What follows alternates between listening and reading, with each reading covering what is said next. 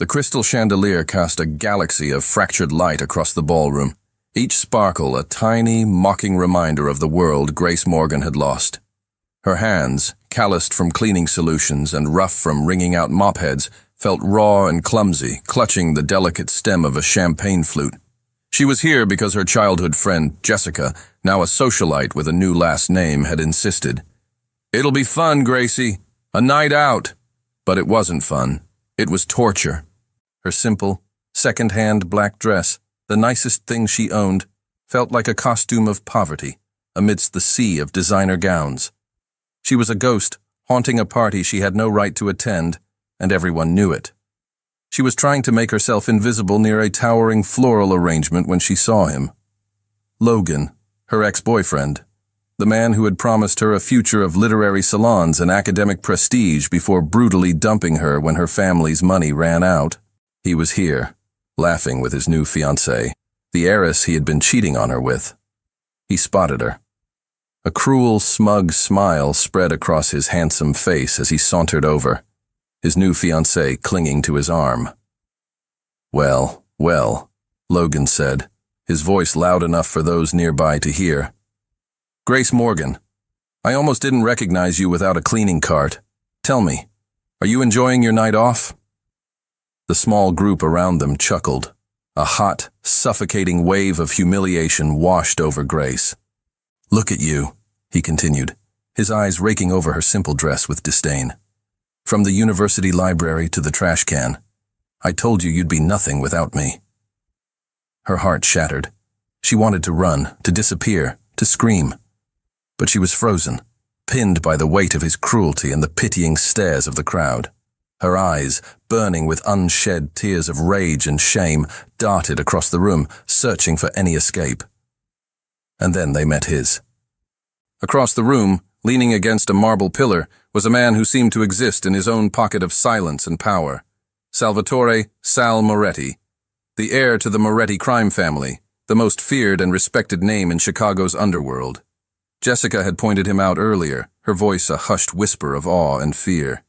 He was dark, impossibly handsome, and radiated an aura of such intense, quiet authority that it made the air around him feel different. He was watching the scene unfold, his expression completely, unnervingly unreadable. Logan, drunk on his own arrogance, leaned in for one final killing blow. "Still waiting for Prince Charming to rescue you, Grace," he sneered. Something inside Grace snapped. It wasn't a thought. It was a pure, primal instinct for survival, for revenge.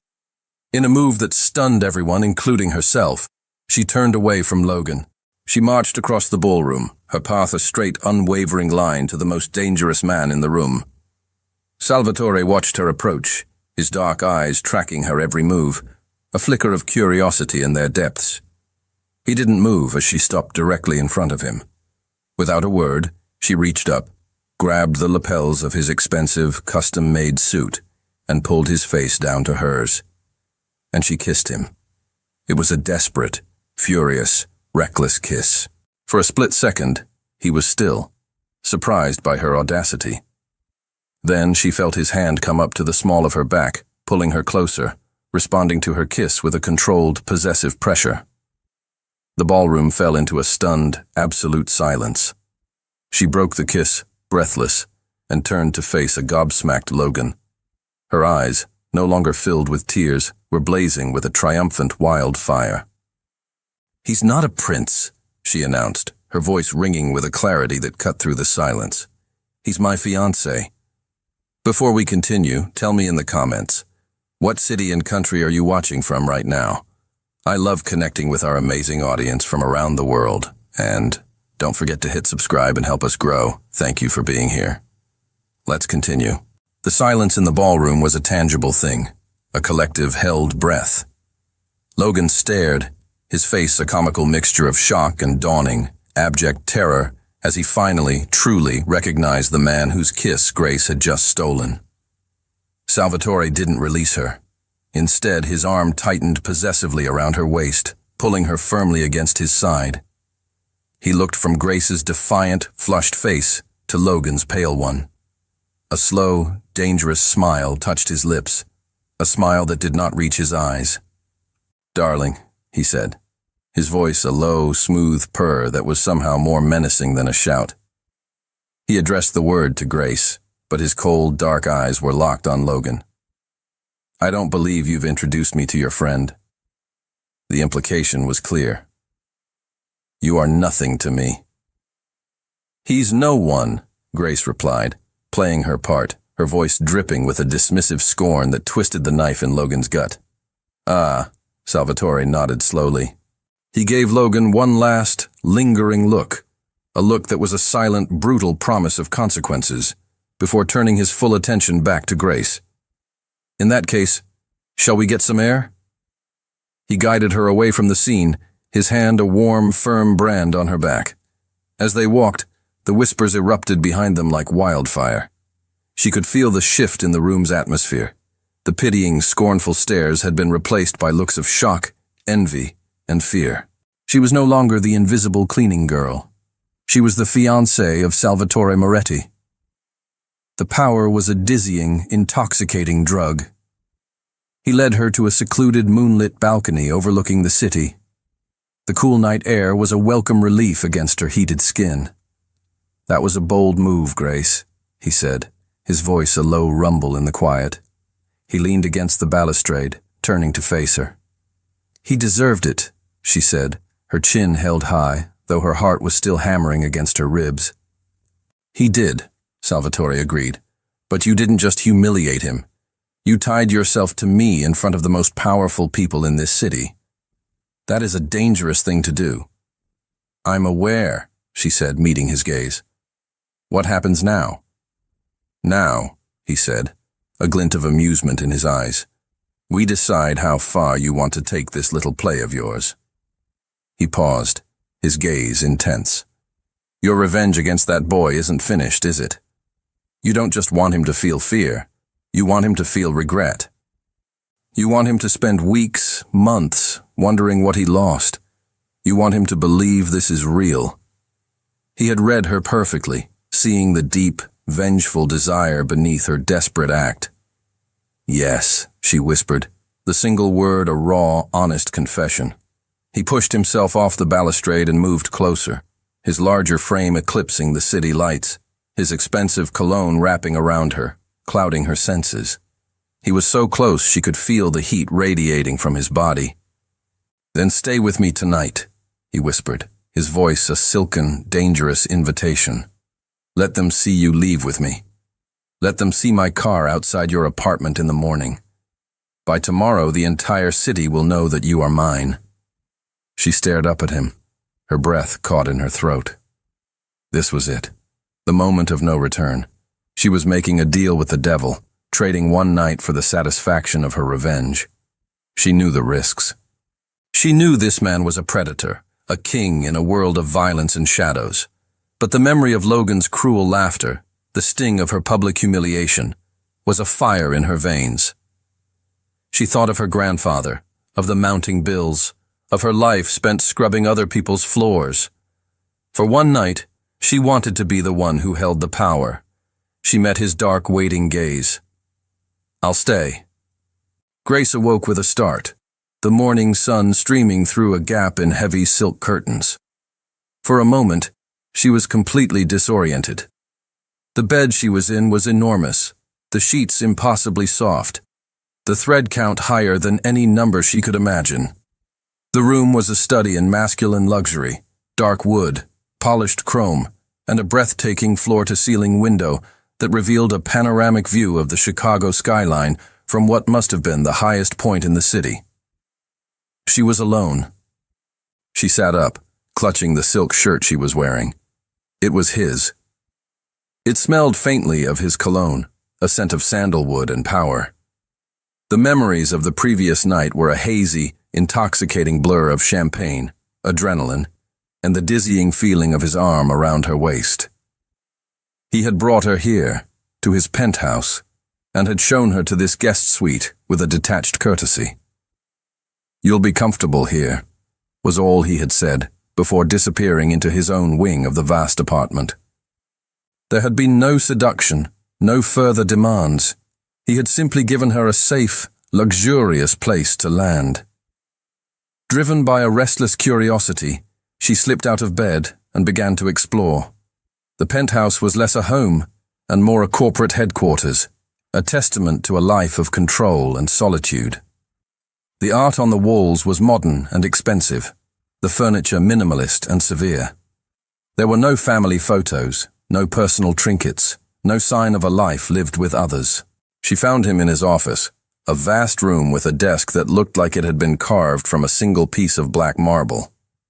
He was standing by the window, a cup of coffee in his hand, already dressed in a sharp, dark suit, looking out at the city he owned. He turned as she entered, his expression unreadable. "Good morning," he said, his voice a low, even rumble. "I trust you slept well." "I did," she replied, feeling suddenly self-conscious in his oversized shirt. "Thank you." "The news of our engagement is already the lead story on every society blog in the city," he said, a flicker of amusement in his eyes. He gestured to his phone on the desk. "Your ex-boyfriend, Logan, has already called my office 3 times this morning, begging to speak with me. I believe your revenge has been adequately served." A thrill of satisfaction shot through her, quickly followed by a wave of uncertainty. The game was over. "So, our one-night deal is finished," she said, stating the fact, though it felt like a question. "It is," he agreed. He took a slow sip of his coffee, his eyes studying her over the rim of the cup. "However, I have a new proposal for you." He set his cup down. "Our little charade last night, it was useful. It provided a convenient distraction from some of my less public business dealings. A high-profile engagement is a very effective smokescreen." He walked around his desk and leaned against it, crossing his arms. "Continue to be my fiancée. For 6 months. Play the part of the adoring bride-to-be in public. In exchange, I will take care of all of your grandfather's medical expenses. The best doctors. The best facilities. He will want for nothing. And you," he added, his gaze sweeping over her, "will be given a life you have, until now, only read about in the books you seem to love." Grace was stunned. She had expected to be dismissed, a pawn whose purpose had been served. Instead, he was offering her a golden cage, but it was a cage that came with the key to her grandfather's health and well-being. "Why?" she asked, her voice barely a whisper. "Why me?" "Because you amuse me," he answered, his voice deceptively simple. "You are intelligent, you are bold, and you are not easily intimidated. That is a rare combination." He paused. "And because it is useful to have a fiancé that no one saw coming. It keeps my enemies off balance." She thought of her grandfather, of his tired eyes, of the constant worry that shadowed his face. This was a chance to give him peace, to give him the best care money could buy. It was a deal with the devil, but the devil was offering a piece of heaven. "I accept," she said, her voice firm, "but I have a question." "Oh? What are the rules?" A slow, dangerous smile touched his lips. "The rules are simple, Grace," he said, pushing himself off the desk and walking toward her. He stopped directly in front of her, his presence overwhelming. "Rule number 1, he whispered, his voice a low, intimate command. "In public, you adore me. You are the loving, devoted fiancé. In private, you do not ask me questions about my business or my life. You see nothing, you hear nothing." He leaned in closer, his dark eyes boring into hers. "You are a beautiful, brilliant distraction. Play your part well, and you will be rewarded. That is all you need to know." The moment Grace accepted his proposal, the world as she knew it ceased to exist. Salvatore's transformation of her was swift, efficient, and utterly disorienting. Within hours, a team of stylists, tailors, and consultants descended upon the penthouse. Her simple, worn-out wardrobe was replaced by a closet filled with designer clothes, elegant shoes, and understated, expensive jewelry. A quiet, severe woman named Elena was assigned to her, a tutor in the subtle arts of high society, which fork to use, how to descend a staircase, how to convey polite dismissal with a single, cool glance. Salvatore was the architect of this new Grace, molding her into the perfect Mafia fiancé. He was a demanding, exacting creator. "No, not that dress," he would say, dismissing a couture gown with a wave of his hand. "It's too loud. You are not seeking attention. You command it quietly." "Your posture, Grace," he would correct, his voice sharp. "Shoulders back. You are not a servant asking for permission. You are my future wife. You own every room you walk into." It was exhausting, dehumanizing, and yet, in a strange way, empowering. She was being stripped of her old self, but the new one he was building was strong, polished, and confident. Her first true test came a week later. It was a dinner at Salvatore's private, heavily guarded restaurant, a place where the city's real power was brokered over plates of pasta and glasses of vintage Barolo.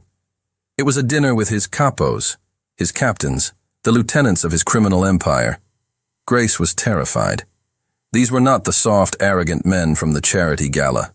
These were hard men with cold eyes and scars on their knuckles, men who had earned their place at this table through loyalty and, she had no doubt, violence. She wore a simple, elegant black dress, her hair styled in a sophisticated chignon. She was the picture of quiet grace, but inside, her heart was a frantic drum. She sat by Salvatore's side, a silent, beautiful accessory, just as he had instructed. For most of the dinner, she was ignored. The men spoke in a rapid, coded mix of Italian and English, discussing business she was not meant to understand. She listened, smiled politely, and used her literary intelligence to survive. She thought of herself as a character in a Shakespearean tragedy, a pawn in a court of dangerous kings. Then, one of the older capos, a man with a weathered face and surprisingly kind eyes named Leo, turned to her. "So, Salvatore tells us you enjoy books, Miss Morgan." "I do," she replied, her voice steady. "A woman of intellect. A rare quality," Leo said, taking a sip of his wine. "Machiavelli once wrote that it is better to be feared than loved. Do you agree?" It was a test. All eyes were on her. She felt Salvatore tense beside her. She met Leo's gaze directly. "I think Machiavelli was a pragmatist," she said, her voice clear and calm. "But he also understood that fear is a volatile tool. It can inspire obedience, but it never inspires loyalty. Love, or at least respect, is a much more stable foundation for power." A slow smile spread across Leo's weathered face. He raised his glass to her. "To a stable foundation," he said, and the other capos murmured their assent. She had passed, but not everyone was impressed. A younger, more brutish capo named Marco, who had been staring at her with open hostility all night, let out a derisive snort. "A stable foundation," he sneered, his voice dripping with contempt. "She talks of foundations, but what does she know? She comes from nothing. A cleaning girl, I hear. What does a Moretti need with a woman who smells of bleach?" The insult hung in the air, crude and shocking. The table fell silent. Grace felt the blood drain from her face. Salvatore didn't move. He didn't raise his voice. He didn't even look at Marco. He simply, slowly, placed his hand over Grace's where it rested on the table. His touch was warm, steady, a silent anchor in the sudden cold storm. He then lifted his gaze and fixed it on Marco. His eyes, usually so unreadable, were now filled with a chilling, lethal calm. "My fiancé," Salvatore said, his voice dangerously quiet, each word a perfectly aimed bullet, "has more class, more intelligence, and more honor in her little finger than your entire bloodline has produced in 100 years, Marco." He paused, letting the weight of his words settle. "Remember that." Marco visibly paled, a flicker of fear in his eyes. He mumbled an apology and looked down at his plate, utterly defeated. The conversation at the table resumed, but the message had been sent. She was his. An attack on her was an attack on him. Salvatore's hand remained on hers for the rest of the dinner. His silent, absolute protection was more powerful than any shouted threat could ever have been. And as she sat there, his warmth seeping into her skin, Grace felt an unexpected, treacherous shiver run through her. She was beginning to see the man behind the monster, the king behind the killer, and it was a terrifying and thrilling sight to behold. The luxury care facility where Grace's grandfather now lived was a world away from the cramped, dusty apartment he had called home. It was a place of serene gardens, attentive staff, and the quiet hum of top-of-the-line medical equipment. It was all paid for by Salvatore. A golden cage for her grandfather, just as the penthouse was for her. Grace visited him every week, the trip always made in one of Salvatore's black cars, with a quiet, watchful driver. Her grandfather, Arthur, was physically better. The constant stress of poverty and medical bills had been lifted, and the color had returned to his cheeks.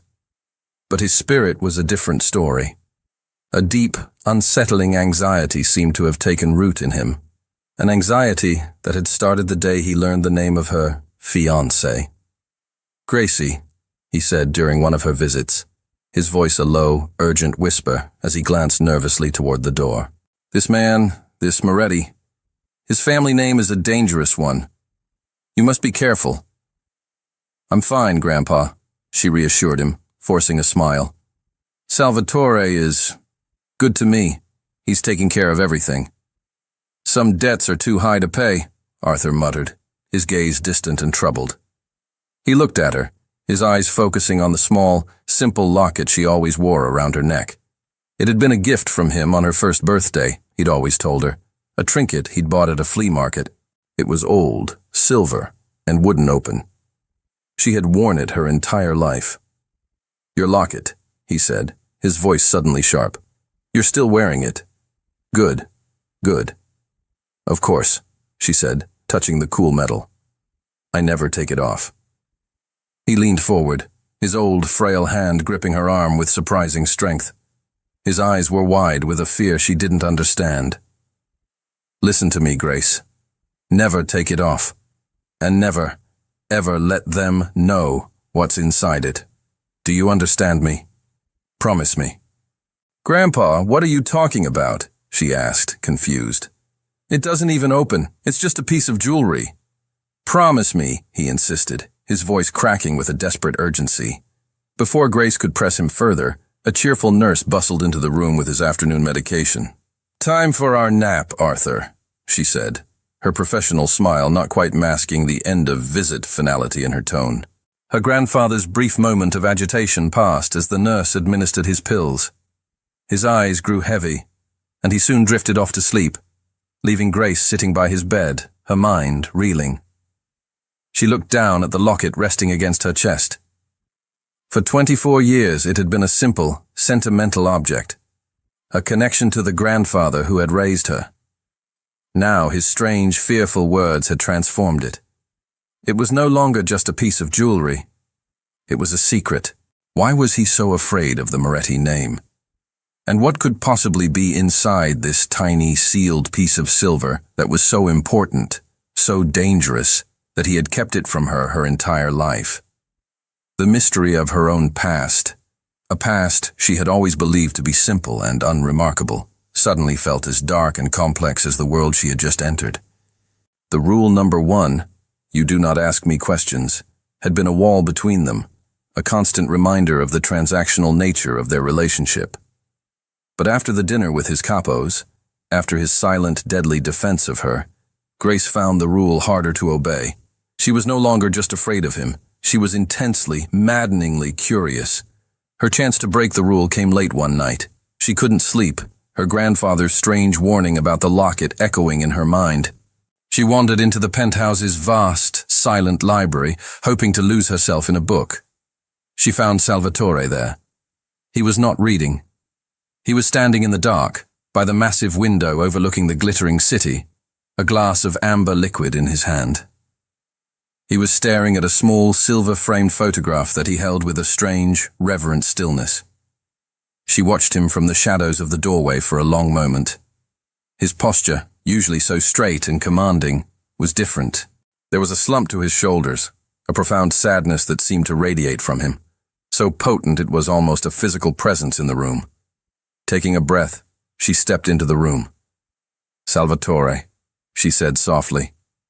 He startled, his head snapping up. For a fraction of a second, his face was an open book of raw, unguarded grief before the mask of cool indifference slammed back into place. He quickly placed the photograph face down on a nearby table. "I didn't hear you come in," he said, his voice carefully neutral. The old Grace would have apologized and retreated, but the new Grace, the one who had faced down his capos and was now a keeper of her own secrets, stood her ground. She broke the rule. "Who are they?" she asked, her voice gentle, nodding toward the picture frame. He went still, his jaw tightening. She expected a cold dismissal, a sharp reminder of their agreement. Instead, he was silent for a long moment, staring out the window. "My parents," he said finally, his voice a low, rough murmur. He picked up the photograph and turned it toward her. It showed a handsome, smiling man with his arm around a beautiful woman with kind, laughing eyes. They looked happy, vibrant, and full of life. "They were killed," he said, his voice flat, devoid of all emotion, as if he were reciting a historical fact. "A rival family. A hit. I was in the car. I was 8 years old." The confession was so stark, so brutal, it stole the air from Grace's lungs. She could suddenly see it, a small, terrified boy, alone in the back of a car, surrounded by a violence he was too young to understand. The man standing before her, the ruthless, all-powerful ghost of Chicago, had been born in that moment of terror and loss. "They made a mistake," he continued, his voice turning hard as steel. "My father, he trusted the wrong person. He brought a traitor into his inner circle, and that man sold us out. My father's sentiment, his one moment of weakness, cost him his life. It cost my mother her life." He finally looked at her, and his eyes were dark, bottomless pits of ancient pain. "That's why I don't trust anyone, Grace.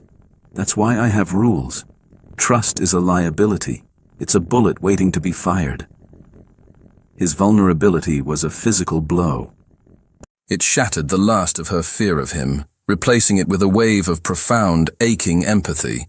This wasn't a monster. This was a wounded boy who had built a fortress of power and control around his broken heart. Instinctively, without thinking, she closed the space between them.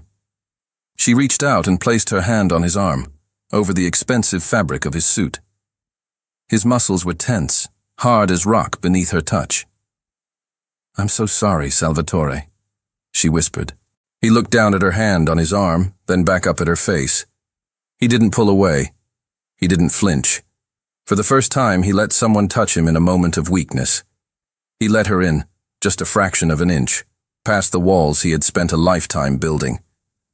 And in the quiet of the dark library, with the city lights glittering like fallen stars below them, the foundation of their relationship shifted from a contract of convenience to something far more dangerous and far more real. Hey dear, are you enjoying this story? Don't forget to hit subscribe and help us grow. Thank you for being here.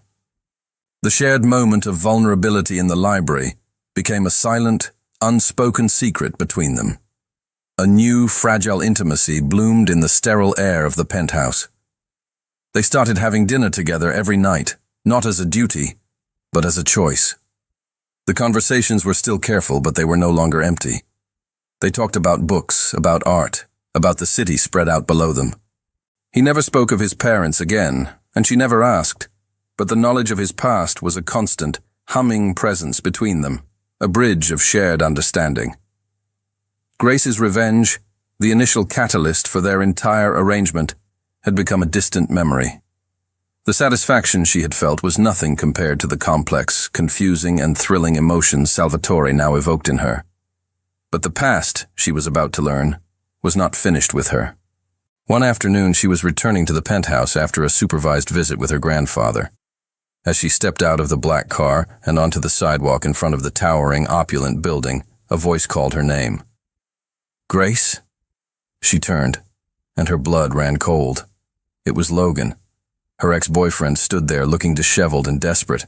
His usual arrogance was gone, replaced by a pathetic, pleading look. "What are you doing here, Logan?"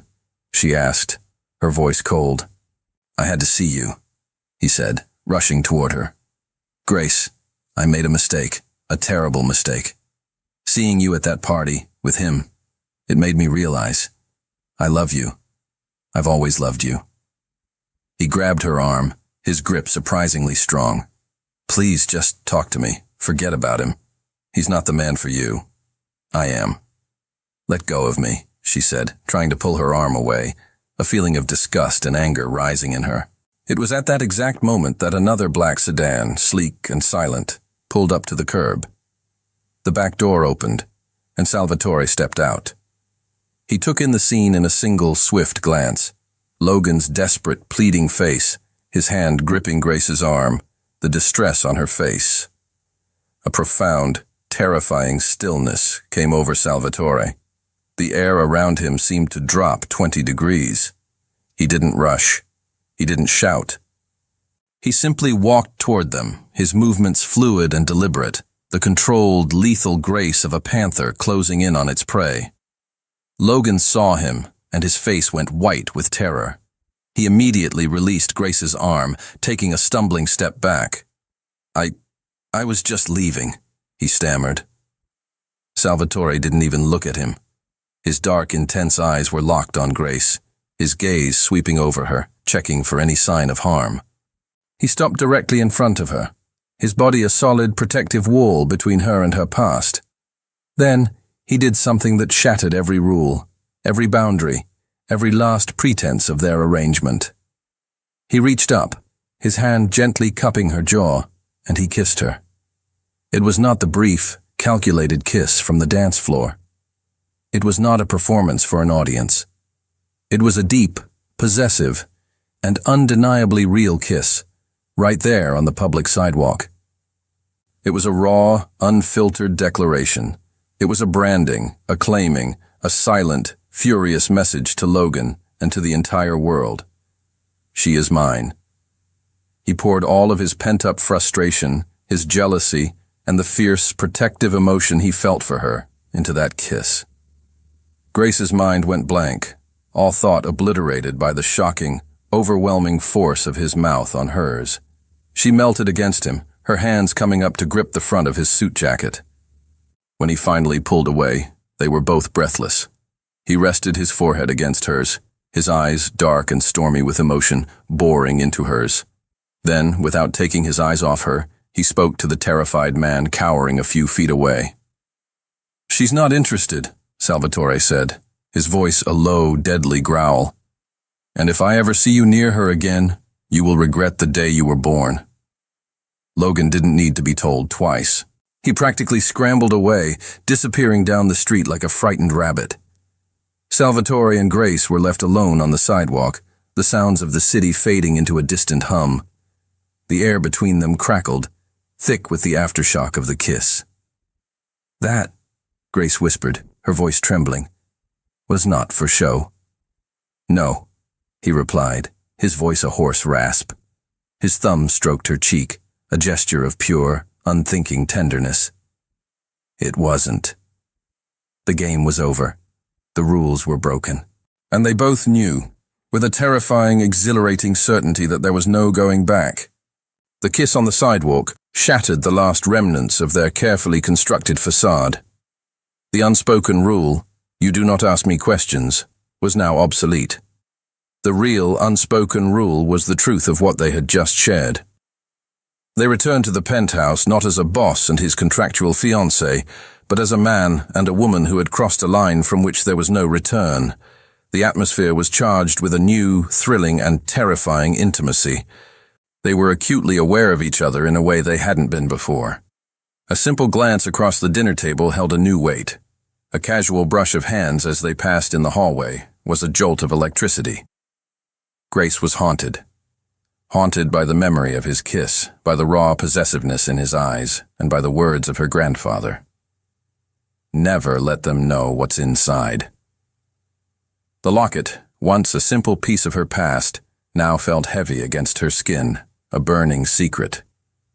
The fear in her grandfather's eyes, his frantic warning, it was all tangled up with the Moretti name, with the man she was falling in love with.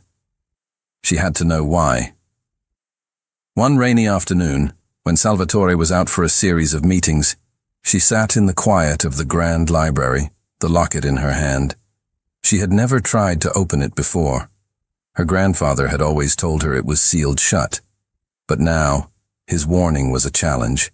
She examined it closely. It was old, the silver worn smooth in places.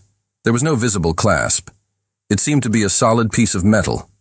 Frustrated, she ran her thumb over its surface, pressing into the intricate floral engravings. As she pressed down on the center of a tiny carved rose, she felt a faint, almost imperceptible click. Her heart stopped. With trembling fingers, she worked at the tiny seam that had appeared.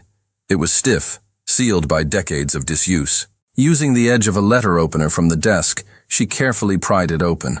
The locket sprang apart in her palm. Inside, there was no space for a picture. Instead, nestled in the hollowed-out silver, was a minuscule, tightly folded piece of paper, yellowed and fragile with age. Her hands shook as she carefully unfolded it. It wasn't a note. It was more like a tiny secret pact. On the paper, in a faded, elegant script, were two sets of initials, joined by an ampersand and a date. A.M. Nike. May 1998. Grace stared at the initials, a knot of confusion in her stomach. A.M. and I.C. They meant nothing to her. But the handwriting? There was something vaguely familiar about it. She felt like she had seen it before. She closed her eyes, her mind racing. Where had she seen that elegant, slightly slanted script? And then it hit her. The photograph. The silver-framed picture of Salvatore's parents he had shown her that night in the library. Her heart pounding, she rushed to his office. She knew he kept the photo on his desk now, a silent testament to the vulnerability he had shared with her. She snatched it up. On the back, written in the same faded ink, was a dedication. To my darling husband, on our 5th anniversary. Forever yours, Angela. The handwriting was identical. A.M. Angela Moretti. Grace's blood ran cold. The first set of initials belonged to Salvatore's mother. But who was I.C.? And why would Angela Moretti have a secret pact, sealed in a locket that ended up around Grace's neck? A terrifying, impossible idea began to form in her mind. Her mother's name was Isabella. She had died when Grace was too young to remember, and her grandfather rarely spoke of her. He had always said her last name was Morgan, like his. But what if it wasn't? She looked at the initials again. I.C. Isabella C. The pieces were starting to connect in a way that made her feel dizzy, sick. Her mother wasn't just some unknown woman. She was connected to this world, to the Moretti family. Her grandfather hadn't just been protecting her from a dangerous man. He had been protecting her from her own past, from a secret so deep and so dangerous it had been sealed away for 25 years. And Salvatore, the man she was falling in love with, was standing right in the middle of it. The locket felt like a burning coal in her hand.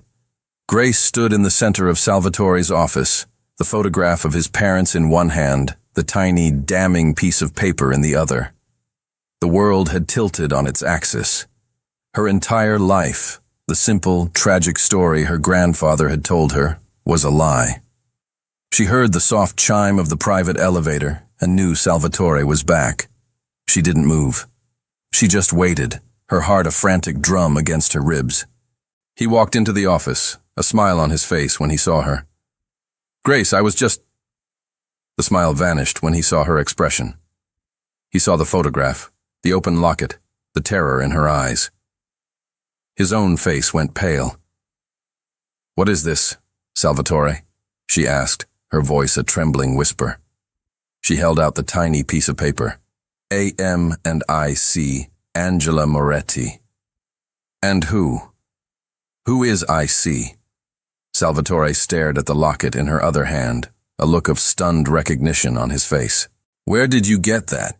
he asked, his voice a low, dangerous growl. "It was my mother's," she said, her voice breaking. "My grandfather gave it to me. My mother. Her name was Isabella." The name hung in the air between them, a ghost from a past he had never known. Salvatore sank into the chair behind his desk, running a hand over his face. He looked shaken, utterly thrown. "My mother," he began, his voice rough, "had a best friend. They grew up together. They were inseparable, like sisters. Her name was Isabella Conti." "Isabella Conti. I see." The confirmation was a physical blow. Grace stumbled back, grabbing the edge of the desk for support. "She disappeared," Salvatore continued, his voice distant, lost in a memory that wasn't his own. "Around the same time my parents were killed. No one ever knew what happened to her. My father's men searched for her for months. It was like she vanished from the face of the earth." "She didn't vanish," Grace whispered, the horrifying truth finally coalescing in her mind. "She ran. She was pregnant. With me." Salvatore looked up at her, his dark eyes wide with a dawning, horrified understanding. "Your mother was Isabella Conti?" "And my father," Grace pressed, her voice rising with a desperate, frantic need to know the final piece of the puzzle. "Who was my father, Salvatore?" He didn't answer. He just stared at her, a look of such profound, gut-wrenching pity on his face that it terrified her more than any answer could have. "Tell me," she screamed, the sound tearing from her throat. "Grace," he said, his voice a raw, broken whisper. "The man my father trusted, the man who betrayed him, the man who sold my family to our rivals for a piece of the city. His name was Antonio Conti. He was Isabella's older brother." The world went black. The traitor, the man who had orchestrated the murder of Salvatore's parents. He wasn't just some abstract villain from a story. He was her uncle. "No," she choked out, shaking her head, refusing to believe it. "No, my grandfather said—" "Your grandfather lied," Salvatore said, his voice flat, dead. "He lied to protect you. Not from me. He was protecting you from your own bloodline, from the truth of who your family was." The final, most devastating piece of the puzzle slammed into place. Her mother, Isabella, hadn't just been running from a rival gang. She had been running from her own brother, the man who had murdered her best friend and her husband. She had run to her grandfather, a distant relative, and had made him swear to hide her and her unborn child forever. Grace looked at Salvatore, at the man she loved, and saw him through a new, horrifying lens. She was not just a stranger he had pulled into his world. She was the living, breathing legacy of his family's greatest betrayal, the daughter of his mortal enemy's sister. The revelation was not a bridge between their pasts. It was a chasm, a bloody, bottomless abyss that had just opened up between them, threatening to swallow them both whole. The silence in the office was a living, breathing thing, thick with the ghosts of the past. Grace felt like she was drowning, the weight of her lineage a stone tied to her feet. She was the niece of the man who had murdered Salvatore's parents. The man she loved was, by the brutal code of his world, honor-bound to despise her. "I have to go," she whispered, the words tasting like ash in her mouth. "I can't stay here." "Grace, wait," Salvatore said, standing up, his face a mask of conflict and pain.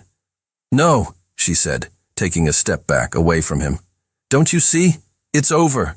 It was over before it even began. My entire life has been a lie, and that lie has led me right back here to you. It's like some cruel cosmic joke." She turned and fled, running from his office, from the penthouse, from the man she loved and the impossible bloody truth that now stood between them. She went straight to the care facility. She needed to see her grandfather, to confront him, to hear the full story from the man who had orchestrated her life of hiding. She found him sitting by the window in his room, looking out at the garden. He looked up as she entered, and he knew immediately that she knew. The secret he had carried for 25 years was written all over her face. "You opened it," he said, his voice a weary, defeated sigh. "He was my uncle," Grace said, her voice flat, devoid of emotion. "The man who killed Salvatore's parents. He was my mother's brother." Her grandfather closed his eyes, the pain of the memory etched on his face. "Yes," he whispered. And then he told her everything. He told her about Isabella, a beautiful, vibrant mother who had been like a daughter to him. He told her about Antonio Conti, Isabella's ambitious, ruthless older brother who had risen through the ranks of the Moretti organization. "Your mother and Angela Moretti were closer than sisters," he said, his voice trembling. "They did everything together. They even fell in love at the same time. Angela with Salvatore's father and your mother. She fell in love with a young soldier in the family, a man named Marco." Grace's heart skipped a beat. Marco, the hostile capo from the dinner. "But Antonio forbade the match," her grandfather continued. "He had bigger plans. He was secretly making a deal with the Falcone family, the Moretti's biggest rivals. He planned to betray the Morettis, take over the organization, and marry Isabella off to the Falcone heir to seal the alliance." He told her how Isabella had discovered the plot. She had tried to warn the Morettis, but she was too late. The ambush was already in motion. "Antonio found out she knew," he said, his voice breaking. "He went after her. Not just to silence her, but because in his twisted mind, she had betrayed the family. She had betrayed him. She was pregnant with Marco's child, and Antonio saw that child, you, as a stain on his honor. Isabella had run, with nothing but the clothes on her back and the locket Angela had given her, a symbol of their sisterhood. She had come to him, her most distant relative, begging him to hide her. "She made me swear," he sobbed, tears streaming down his wrinkled cheeks. "She made me swear that I would raise you as my own, as a Morgan, far from Chicago, far from the Conti name.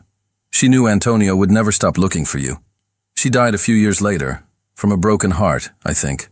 And I kept my promise. I kept you safe." Grace listened, her own tears falling freely. Her entire life, her quiet, simple existence, had been an act of protection, a shield against the violent world she had been born into. "But he's back, isn't he?" she whispered, a cold dread filling her. "Antonio, that's why you were so scared when you heard the Moretti name. You thought he had found me." Her grandfather nodded, his face ashen. "I read it in a paper a few months ago. He was released from prison. He served time on a lesser charge. They could never prove the murders. He's back in Chicago, trying to rebuild his power." The final, terrifying piece of the puzzle slammed into place. The danger wasn't just from Salvatore's world discovering her identity. The real danger, the monster from her mother's past, was out there, and he was looking for her. Her grandfather had not been trying to keep her from Salvatore. He had been trying to keep her from her own uncle, the man who had wanted her dead before she was even born.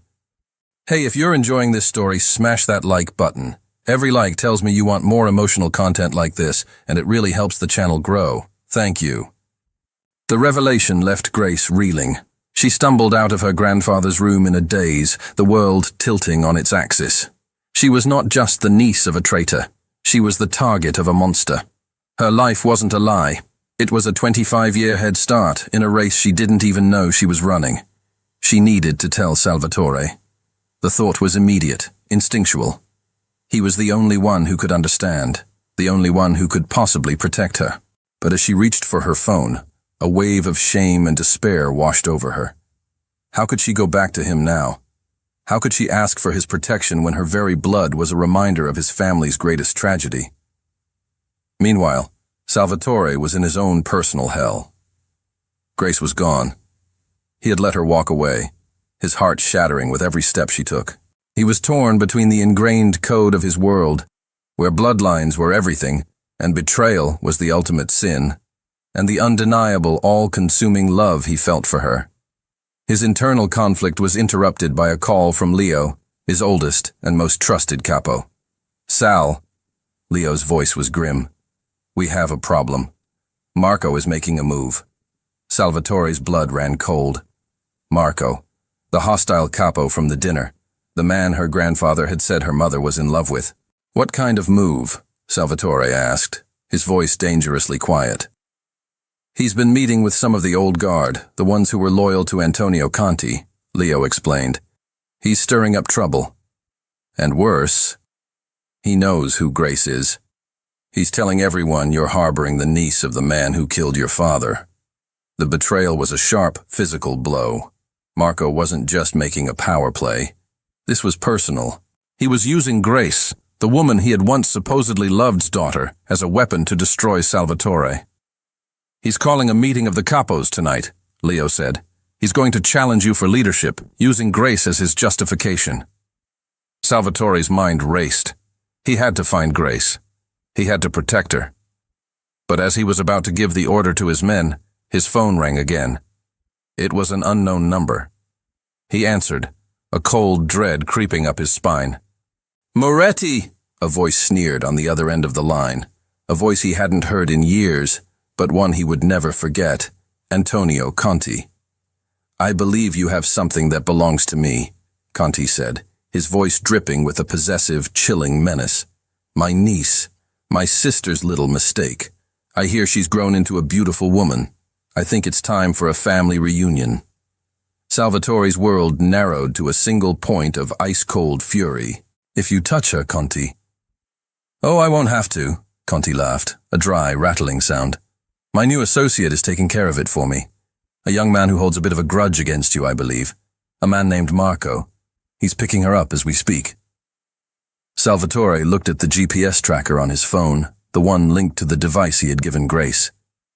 Her signal was moving, heading away from the care facility, toward the industrial warehouse district by the river. The trap had been sprung.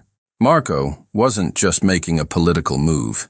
He was delivering Grace to her uncle, to the man who had wanted her dead since before she was born. Grace, leaving the care facility in a daze, didn't see the black car that pulled up beside her until it was too late. The back door opened, and a man stepped out. It was Marco.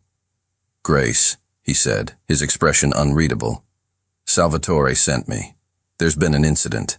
You need to come with me. It's not safe here." For a split second she felt a wave of relief. Salvatore had sent for her. But then she saw his eyes. They were cold, hard, and empty of the respect he had shown her at the dinner. This was not a rescue.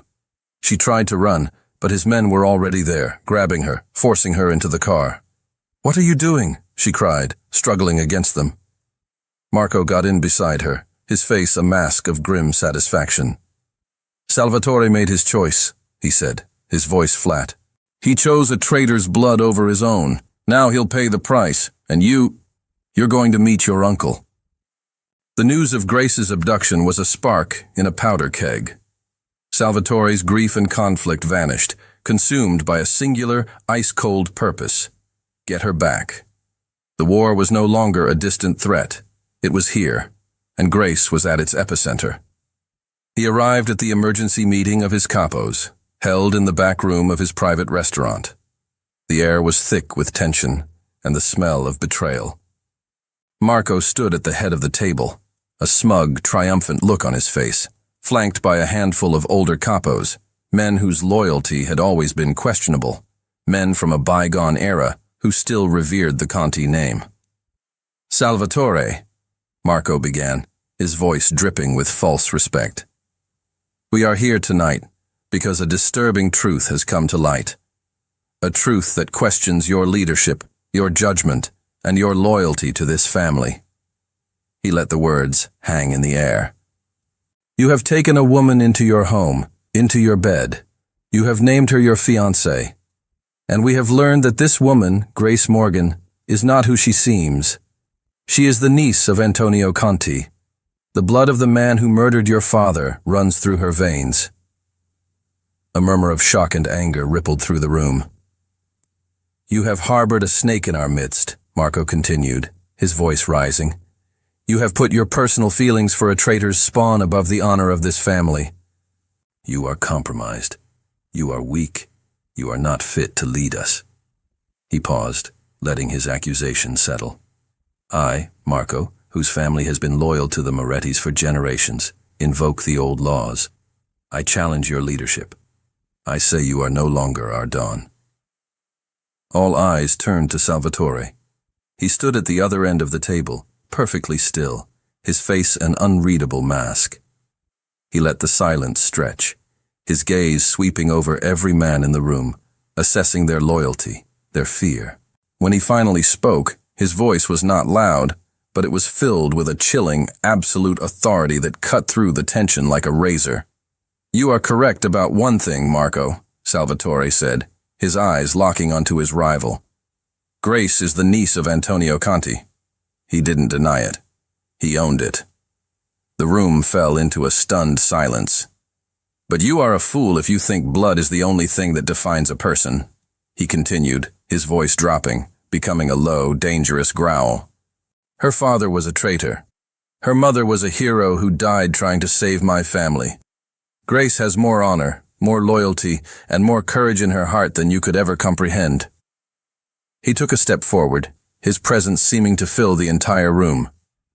"You speak of the old laws. Let me remind you of the oldest law.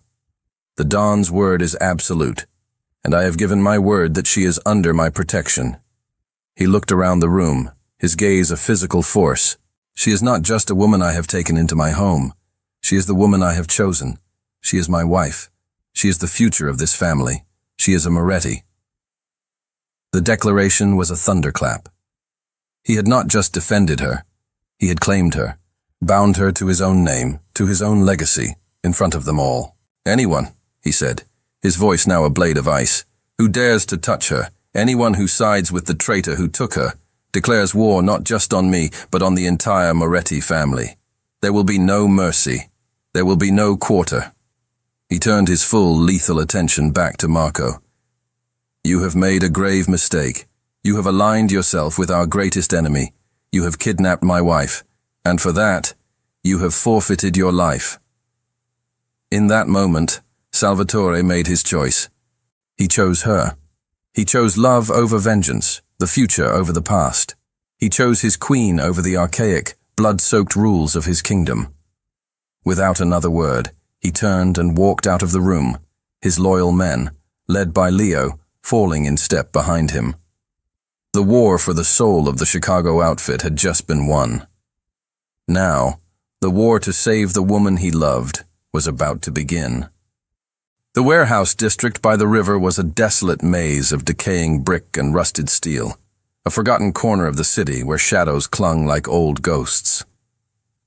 Salvatore's car glided to a stop in the darkness a block away from a large, dilapidated warehouse, the only one with a faint, sickly yellow light glowing from its grimy windows. This was not a war of armies. This was an execution. Salvatore didn't bring a crew of soldiers. He brought his 3 most trusted and lethal men, including Leo. They moved through the shadows with a silent, practiced efficiency, specters in the night. Inside the warehouse, Grace was tied to a chair in the center of a large, empty space. Antonio Conti stood before her, a snake in a tailored suit. He was older now, his hair gray, but his eyes held the same cold, reptilian cruelty she had seen in old newspaper clippings. Marco stood beside him, looking nervous, out of his depth. "You have your mother's eyes," Conti said, circling her chair like a vulture. "It's a shame. She was a beautiful girl before she became a traitor, just like you." "I'm nothing like you," Grace spat, her voice filled with a defiance that surprised even herself. Conti laughed, a dry, humorless sound. You are a Conti, and you have something I want, the Moretti Empire. With you as my leverage, Salvatore will have no choice but to cede his territory to me. He will trade his kingdom for his little queen." "You're wrong," Grace said, her chin held high. "He's not coming for his kingdom. He's coming for you." At that exact moment, the main warehouse doors exploded inward with a deafening crash. Chaos erupted. Salvatore's men moved with brutal, surgical precision, neutralizing Conti's guards before they could even react. The cavernous space became a whirlwind of motion and suppressed gunfire. But Salvatore only had eyes for one person. He moved through the chaos like a wraith, a blur of dark motion, his focus absolute. He saw Grace, tied to the chair. He saw Conti, pulling a gun and aiming it at her. Time seemed to slow down. In that split second, as Conti was about to use her as a shield, Grace did something he never expected. She wasn't a damsel in distress. She was the daughter of a woman who had defied a monster. With a surge of adrenaline, she kicked her legs out, hooking the leg of the chair around Conti's ankle and pulling with all her might. It was just enough. Conti stumbled, his aim thrown off for a fraction of a second. It was the only opening Salvatore needed. A single silenced shot echoed in the warehouse. Conti crumpled to the ground, a look of shock on his face. Marco, seeing his ally fall, made a desperate move, lunging toward Grace. But Salvatore was already there. He intercepted Marco with a brutal, disarming efficiency, his movements a blur of controlled violence. The fight was over before it had even begun. Marco lay on the ground, disarmed and defeated. The warehouse fell silent, the only sound the ragged breathing of the men left standing. Salvatore didn't even glance at the bodies on the floor. He rushed to Grace, his knife flashing as he cut the ropes that bound her. His hands were shaking. "Are you all right?" he asked, his voice a raw, desperate rasp. He scanned her for any injury, his hands framing her face. "I'm all right," she whispered, her own adrenaline starting to fade. "We're all right." He pulled her into a desperate, crushing embrace, burying his face in the curve of her neck, his body trembling with the aftershock of his fear for her. He held her as if he could physically absorb her into himself, to keep her safe forever. "I choose you, Grace," he whispered against her skin, his voice thick with an emotion he no longer tried to hide. In front of them, in front of the whole world. Always. "I know," she replied, her arms wrapping tightly around him, her face pressed against his chest. Her faith in him, once a fragile, flickering flame, was now a steady, burning fire. In the middle of the carnage, surrounded by the ghosts of their past, they stood as one, their shared survival a final, binding vow. The return to the penthouse was a world away from their first night there. The silence was not one of tension or unspoken rules, but of a deep, shared peace. The war was over. Antonio Conti was dead. Marco had been exiled, sent away with a fate worse than death in the Mafia world, to live as a nobody, stripped of all power and respect. Salvatore's leadership was absolute, his authority cemented not by fear, but by his unwavering choice to protect his own. They stood in the living room, the city lights glittering below them, the adrenaline of the night finally fading, leaving them exhausted but whole. "My uncle was a monster," Grace said quietly, the words a final acknowledgement of the bloodline she was ready to leave behind. Salvatore turned to her, his expression soft. He took her hand, his thumb gently stroking her knuckles. "No," he corrected, his voice gentle but firm. "Your uncle was a mistake in our history. Your mother was a hero. And you," he said, his dark eyes filled with a love so profound it was bottomless, "you are my queen." The words, once a part of their public charade, were now the purest truth. He led her to his office, the room where she had first discovered the secrets of their past. He walked to his desk and handed her a small velvet box. "I believe this belongs to you," he said. She opened it. Inside was her locket, the one that had been lost in the chaos at the warehouse. But it was different. It was polished, the silver gleaming, and when she touched the tiny rose in the center, it clicked open easily. The tiny yellowed paper with the initials was gone. In its place, nestled in the silver hollow, was a new, professionally captured photograph, impossibly small. It was a picture of the two of them, taken a few weeks ago at a charity event. They were laughing, looking at each other, the love between them so palpable it was captured even in the tiny image. "To start our own story," he said softly. "A new history for this locket." Tears welled in Grace's eyes. He wasn't just accepting her past, he was helping her rewrite it, to build a new legacy on top of the old one. "There's one more thing," he said, his voice suddenly filled with a nervousness she had never heard from him before. He reached into his pocket, but this time he didn't pull out a weapon or a business document. He pulled out another, smaller velvet box. He got down on one knee. "The most powerful man in Chicago, the ghost, the dawn of the Moretti family, was kneeling before her. "Grace Morgan," he began, his voice thick with emotion, his gaze unwavering. "You came into my life as a game, a beautiful, audacious distraction. You became my partner, my confidant, my strength. You are the only person I have ever trusted, the only person I have ever truly loved." He opened the box. Inside was a stunning, elegant diamond ring, its fire seeming to burn as brightly as the love in his eyes. "Our first engagement was a lie, a contract of convenience. I want to make it real. I want to make you my wife, my partner, my queen in the eyes of God and the world for all of our days. Will you marry me, Grace?" Through her tears, she could only nod, a choked sob of pure, unadulterated happiness escaping her lips. "Yes," she whispered. "Yes, Salvatore. Always, yes." He slid the ring onto her finger, a perfect fit. It was not a shackle, not a brand of ownership. It was a promise of a new beginning, a future they would build together, finally free from the ghosts of their past.